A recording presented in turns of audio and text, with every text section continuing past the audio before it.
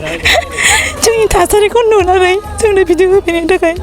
साबायखर बावहरबाय आं मेडामखौ।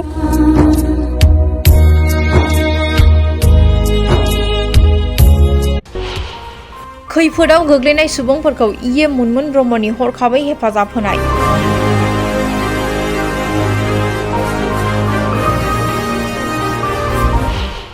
बिटिसि सरकारा थांनाय मिथिंगानि खैफोदजों खहा जानाय सुबुंफोरनो हेफाजाब होदों।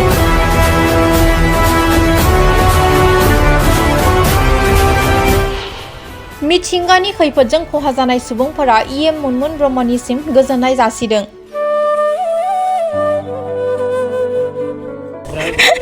जोंनि थासारिखौ नुनानै जोंनो भिडिअ होफैनायनि थाखाय साबायखर बावहरबाय आं मेडामखौ।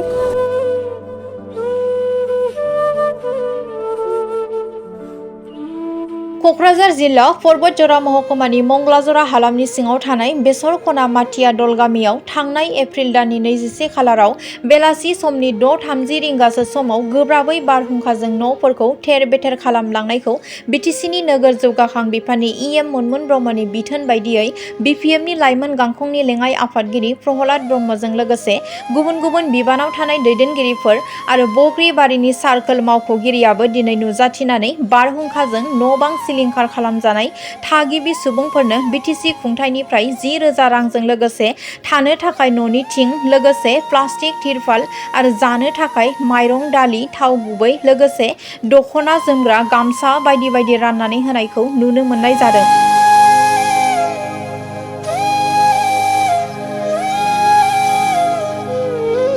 मख'नो गोनांदि मैयाबो रुपसि भिसिडिसि हालामनि सिङाव थानाय रुपसि पार्ट 3 नि भिखुरसार गामिनि गोरिब न'खरनि न'खौ मिथिंगायारि खैफोदजों खहा जानाय न'खरफोरनो 1 नं पर्बतजरा बियाबनि मुनमुन ब्रह्मआ हरखाबै राहा खालामना हेफाजाब होयो। दिनै बिटिसि सरकारनिफ्राय हेफाजाब अनसुंथाइ मोननानै बिटिसि सरकार खुंथाय आरो बिटिसिनि मुनमुन ब्रह्मनिसिम मेगनाव मोदै लानानै खौरां बिजोंनि गेजेरजों गोजोननाय जासिदों सिलिंखार खालामजानाय न'खरनि सुबुंफोरा।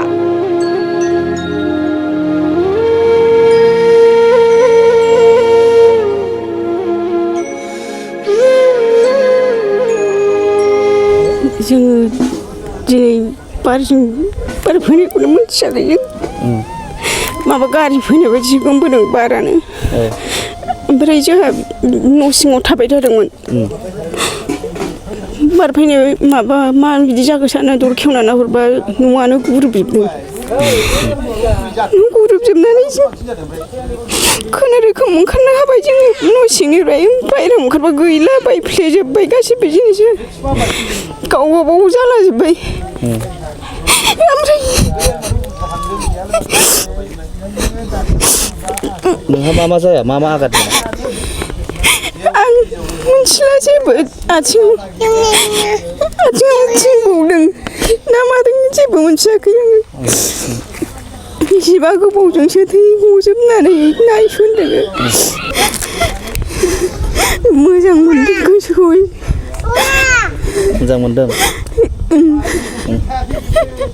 जोंनि थाखाय गानग्रा जोमग्रा होफैनाय रेसन लाबोदों जानाय लोंनाय होफैदों संग्रा दख्ला लाबोदों जोंनि थाखाय बायदिसिना दो दख्लाफ्राथ' गैखाला जोंना गेब्लेजोबखादों जिनिसफ्राबो माखासे मोनाखिसै माखासे मोनबाय नागिरलाबायनानै जोंथ' ओंखाम संग्रासो दंमोन बिमा फिसा ओंखामसो जानो थांदोंमोन।